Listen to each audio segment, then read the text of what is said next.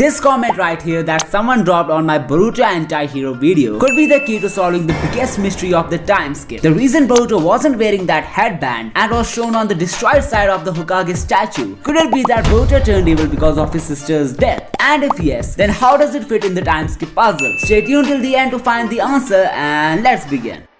Himawari's role and influence on the story of Boruto has always been a mind-boggling question. There are many fan-made adult forms of Naruto's daughter available on the internet, but what if I told you Hima will never be seen as a teenager in the series? Boruto's sister could be the main reason behind all the nuisance that is happening in the time skip sequence. The village has been destroyed, the citizens are nowhere to be seen, and the most strongest prodigies are against each other. One of them wants to end the shinobi era, while the other one says he is still a shinobi. A vital detail that needs to be noted here is that Boruto was shown on the destroyed side of Naruto's Hokage face, which could act as a hint that either he is responsible for the destruction or is not truly on the right side. Moreover, Boruto is not seen with the headband, which he later ties up when Kawaki claims to have entered the shinobi era. There is also a scene where the red karma wielder seems a little bit shocked upon seeing Boruto wearing that headband. Another thing which is worth analyzing is Boruto's statement.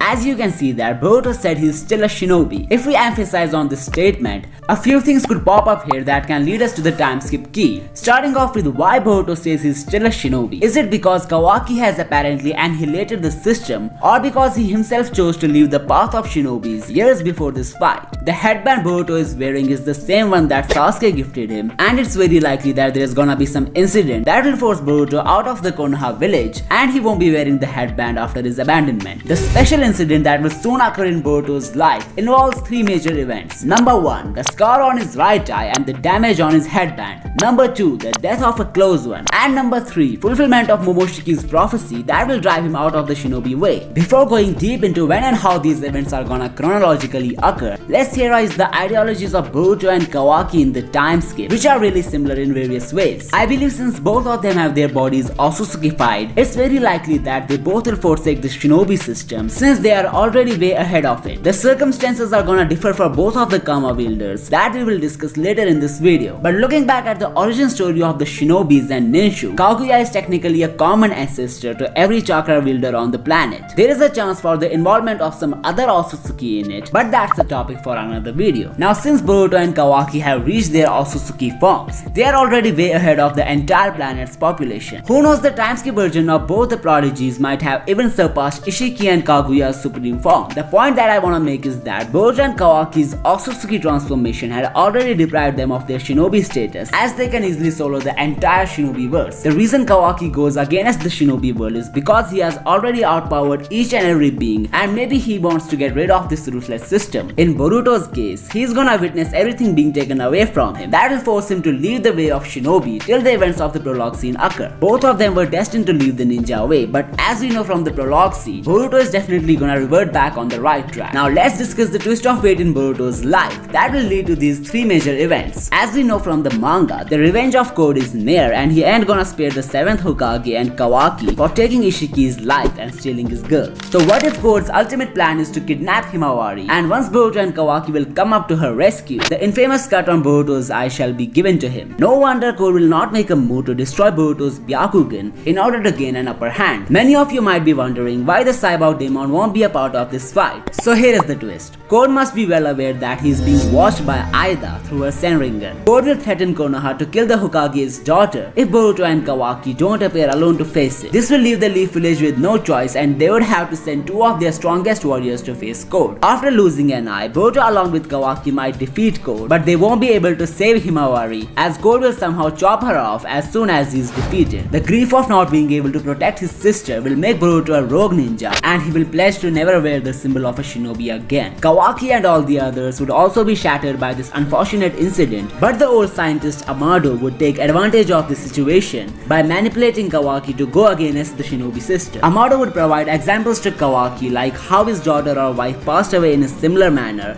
and since Boruto has abandoned the Leaf Village, the Red Karma wielder is the only one who can revolutionize everything. Boruto on the other hand will learn Kenjutsu during the Dark period, and this will be the time when he will realize that his right eye has been enlightened again. The Jogan will finally awaken in Boruto's right eye, and as prophesied by Toneri, it will help him to defeat Kawaki in the battle of the time skip. But what is the true impact of Jogan in Boruto's life, and will Momoshiki help him to utilize this power? Check out these videos to find out and subscribe for more.